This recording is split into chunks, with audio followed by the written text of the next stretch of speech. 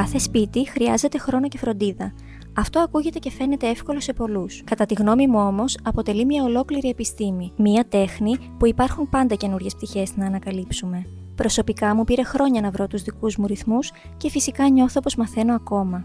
Σήμερα θα μοιραστώ τα λάθη που έκανα όταν άρχισα αυτό το ταξίδι. Πράγματα που συνειδητοποιώ πως κάποιες φορές κάνω ακόμα.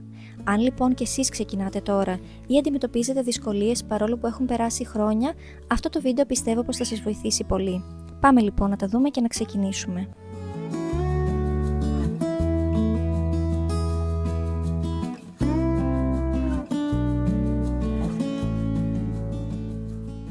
Το πρώτο λάθος που έκανα ήταν οι τεράστιες λίστες, οι οποίες μπορούν εύκολα από βοηθητικές να γίνουν αγχωτικές.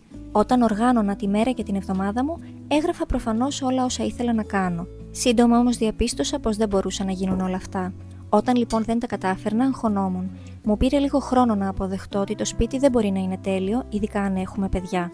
Ότι συμβαίνουν πολλά απρόοπτα και πρέπει να είμαστε αντικειμενικοί με τις προσδοκίες μας. Άρχισα λοιπόν να βάζω μικρότερους στόχους και συμβιβάστηκα με λιγότερα.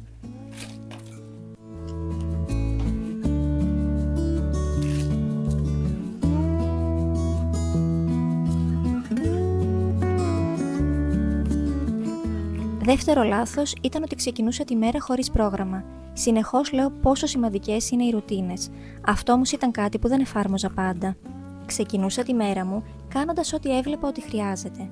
Αυτό δεν είναι απαραίτητα κακό. Προσωπικά όμως κατέληγα να χάνω τον χρόνο μου κάνοντας λίγο απ' όλα. Έτσι το σπίτι συνέχιζε να είναι ακατάστατο, το φαγητό δεν ήταν έτοιμο στην ώρα του και αισθανόμουν κουρασμένη ενώ έβλεπα ότι έπρεπε να γίνουν πολλά ακόμα. Είναι σημαντικό λοιπόν να βάζουμε ένα καλό πρόγραμμα από την αρχή της μέρας. Να ξεκινάμε με ό,τι είναι απαραίτητο και συμβάλλει στην αρμονική λειτουργία του σπιτιού. Αυτό βέβαια εξαρτάται από τον τρόπο ζωής κάθε οικογένειας και ο καθένας πρέπει να το κανονίζει με βάση τις ανάγκες του.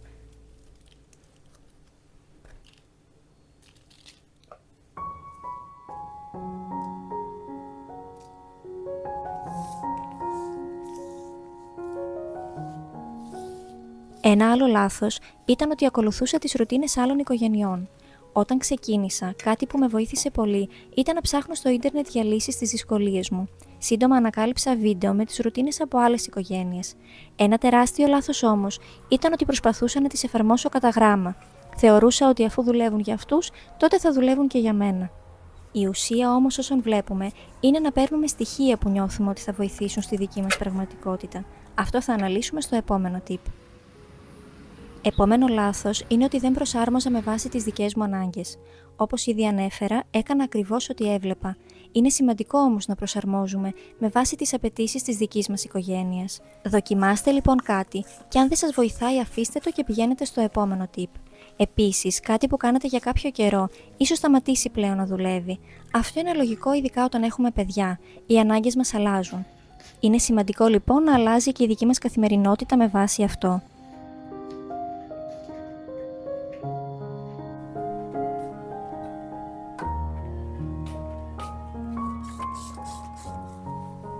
Ένα άλλο λάθος που έκανα ήταν η σύγκριση. Ένα τεράστιο λάθος που κάνουμε πολλοί. Ειδικά στην εποχή μας, τα μέσα κοινωνικής δικτύωσης αποτελούν μια μεγάλη παγίδα. Βλέπουμε συνεχώς ξεκούραστες μαμάδες με πεντακάθαρα σπίτια και ευτυχισμένα παιδιά. Αναρωτιόμαστε πώς γίνεται αυτές να τα προλαβαίνουν όλα, ενώ εμείς όχι. Πλέον ξέρω πως το κομμάτι που μοιράζεται κάποιος στα μέσα κοινωνικής δικτύωσης είναι ένα μικρό μόνο κομμάτι της καθημερινότητάς του. Δεν είναι λοιπόν όλα όπως φαίνονται. Επίσης, άλλες ανάγκες έχει ένα σπίτι όταν υπάρχουν μικρά παιδιά.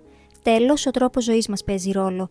Κάντε λοιπόν ό,τι μπορείτε και δείτε όσα έχετε καταφέρει και όχι όσα θεωρείτε πως θα έπρεπε να έχετε κάνει.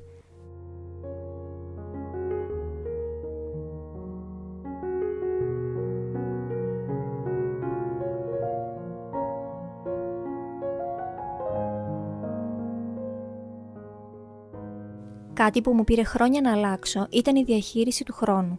Το αναφέρω συχνά γιατί είναι πραγματικά από τα πιο σημαντικά.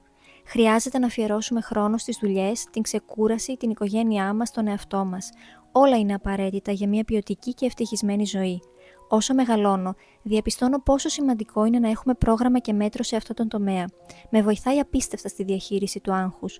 Αυτό βέβαια δεν σημαίνει πως είμαι απόλυτα αυστηρή με τον εαυτό μου.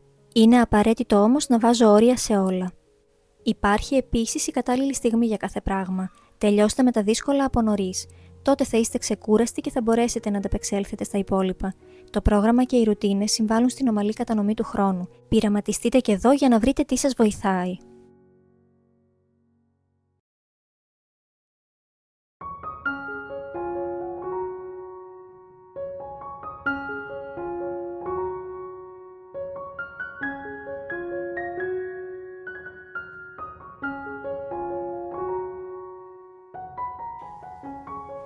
Τέλος, αμελούσα υπερβολικά τον εαυτό μου.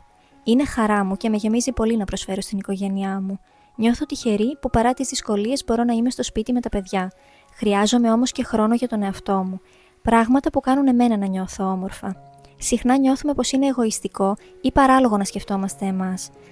Και σε έναν κόσμο που προωθεί την αυτοφροντίδα και την αγάπη για τον εαυτό μας, είναι δύσκολο να βρούμε τα όρια. Προσωπικά, νιώθω πως είναι μέρος της ευθύνης μου. Αν δεν είμαι χαρούμενη, δεν μπορώ να προσφέρω. Και φυσικά τα παιδιά μου δίνουν μεγάλη χαρά. Ένα μικρό διάλειμμα όμως δεν είναι κακό. Βάλτε λοιπόν και εσείς στο πρόγραμμα ένα χόμπι που αγαπάτε. Κάτι απλό και εύκολο.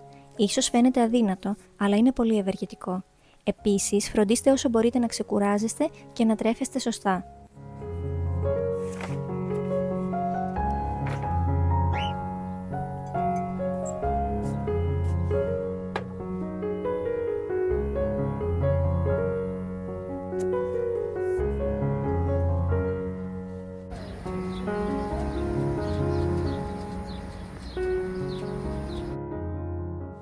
Αυτά λοιπόν είναι 7 συνηθισμένα λάθη που έκανα όταν άρχισα να ασχολούμαι με τη φροντίδα του σπιτιού και πολλές φορές κάνω κάποια ακόμα. Θέλει χρόνο, προσπάθεια και μεθοδικότητα για να ξεπεράσουμε όλες τις δυσκολίες. Ελπίζω να σας άρεσε το σημερινό βίντεο και να σας φάνηκε χρήσιμο.